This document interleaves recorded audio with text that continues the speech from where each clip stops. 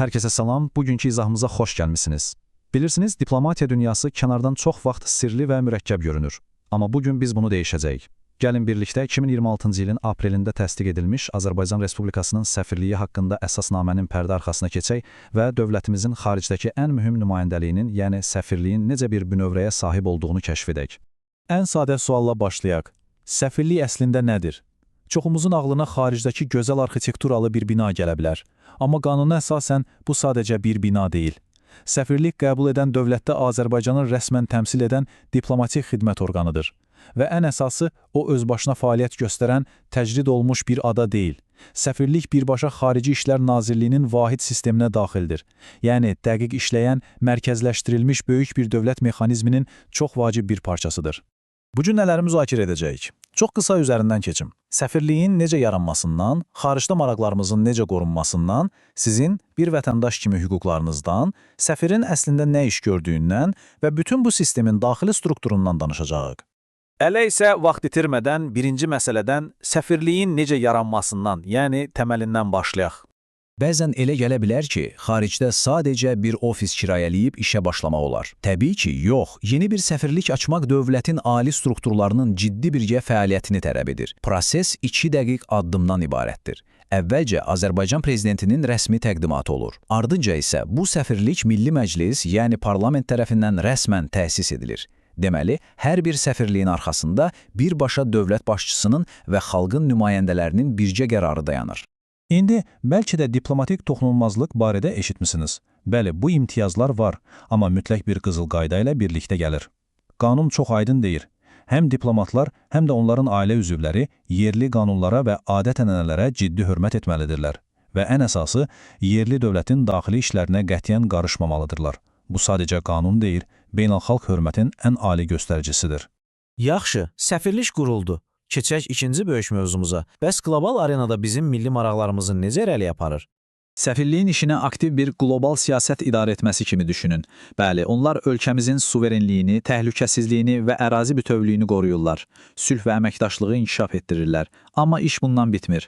Həmin o ciddi kostyumlu diplomatlar həm də mədəniyyətimizi xaricdə təbliğ edirlər. Gündəlik olaraq yerli dövlətin siyasətini dərin analiz edib mərkəzə göndərirlər. Və çox mühüm bir detal. Onlar Azərbaycan iqtisadiyyatına xarici sərmayə cəlb edir, yerli məhsullarımızın dünya bazarına çıxmasına birbaşa dəstək olurlar. Yəni onlar həm strateq, həm mədəniyyət elçisi, həm də iqtisadi mühərrikdirlər. Burada sizi təəccübləndirəcək bir məqam da var. Bəzən xarici ölkələrdə bizim digər dövlət qurumlarımızın da nümayəndəlikləri olur. Bəs bu qədər qurumu kim idarə edir? Səfirlik. O, mütləq əlaqələndiricidir. Bütün digər dövlət qurumları öz işlərini məhz səfirliklə razılaşdırmalı və ona hesabat verməlidirlər. Bu qayda onu göstərir ki, xaricdəki siyasətimiz pərakəndə deyil, tək və güclü bir mərkəzdən idarə olunur. Üçüncü hissəyə gəldik. Sizi ən çox maraqlandıran sual yəqin ki budur. Bütün bu böyük dövlət mexanizmi mənim, sıravi vətəndaşın işinə necə yarayır?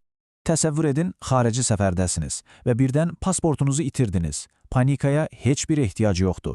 Səfərlik praktik olaraq sizin üçün inzibati bir mərkəzdir. Onlar dərhal sizə yeni pasport və ya qayıdış şəhadətnaməsi verə bilir. Biznesiniz üçün elektron imza lazımdır. Həll edirlər. Doğum, nikah, hətta notarius işləriniz var, yenə də səfərlik köməyə çatır. Hətta gənclər üçün hərbi uçot məsələləri və seçkilərdə səsvermə hüququnuzun təmin edilməsi də birbaşa onların vəzifəsidir. Yəni, xaricdə olsanız belə, dövlət xidmətləri əslində cəmi bir addımınızdadır.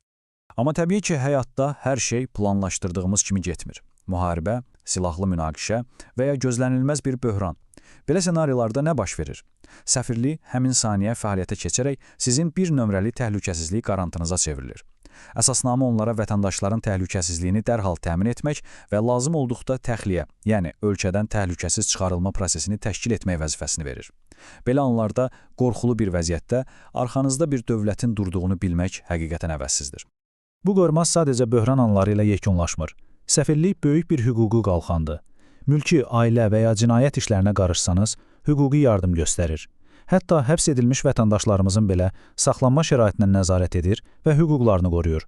İtkin düşmüş vətəndaşları axtarır və ən mühümü, diasporumuzu dəstəkləyərək xaricdə milli həmrəyliyimizi gücləndirir. İndi isə keçək 4-cü hissəyə. Bütün bu sadaladığım mürəkkəb əməliyyatları idarə edən o əsas şəxsə, səfirə və onun roluna nəzər salaq. Səfir vəzifəsinə gəlmək sadəcə bir təyinat əmri ilə həll olunan iş deyil. Burada beynəlxalq protokolun çox sərt qanunları var. Proses belə gedir. İlk olaraq qarşı tərəfdən diplomatik dildə aqreman adlanan əvvəlcədən razılıq alınmalıdır. Təsdiq gəldikdən sonra Azərbaycan prezidenti səfiri rəsmən təyin edir və ən nəhayət hər şeyin rəsmi başlanğıcı hesab olunan etimadnamə təqdim edilir. Səfir ancaq bu sənədi aldıqdan sonra tam hüquqlu işinə başlaya bilər.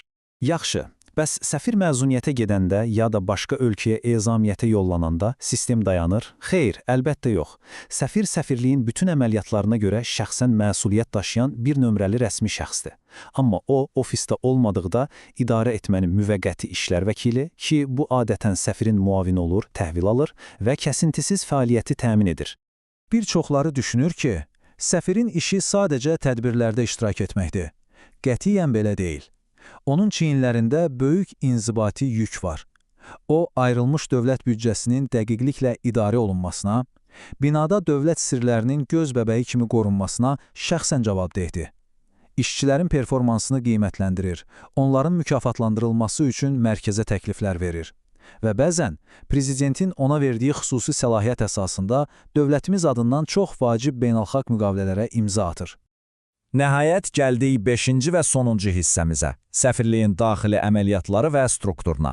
Bu sistemin daxili xronologiyası necədir? Diplomatiyada belə bir anlayış var. Fəaliyyət sonsuz deyil, ciddi şəkildə hesablanmış xidmət müddətləri mövcuddur.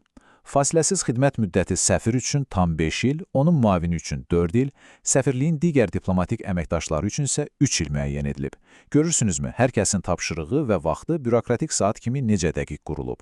Amma burada mükəmməl bir strateji çeviklik də var. Düzdür, standart müddətlər var, lakin sistem heç də donuq deyil. Dövlətin maraqları və ehtiyacları tələb etdikdə Azərbaycan prezidenti və ya Xarici İşlər Naziri bu xidmət müddətini rahatlıqla uzada bilər. Yaxud əksinə, zərurət yaranarsa, diplomat vaxtından əvvəl mərkəzə geri çağırıla bilər. Bu isə dövlətin hər cür qlobal ssenariyə hazır olduğunun göstəricisidir.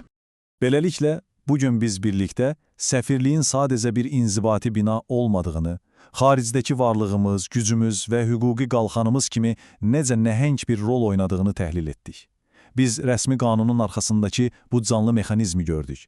İndi isə yekunda sizə kiçik, amma düşündürücü bir sualım var. Xaricə edəcəyiniz növbəti səfərdə öz hüquqlarınızı və səfirliyin sizə təqdim etdiyi bu müdafiə mexanizmlərini necə istifadə edəcəksiniz? Unutmayın ki, dünyanın harasında olursunuzsa olun, hüquqlarınızı və arxanızdakı dəstəyi bilmək həmişə ən böyük gücünüzdür. Özünüzə yaxşı baxın, növbəti izahımızda görüşənədək.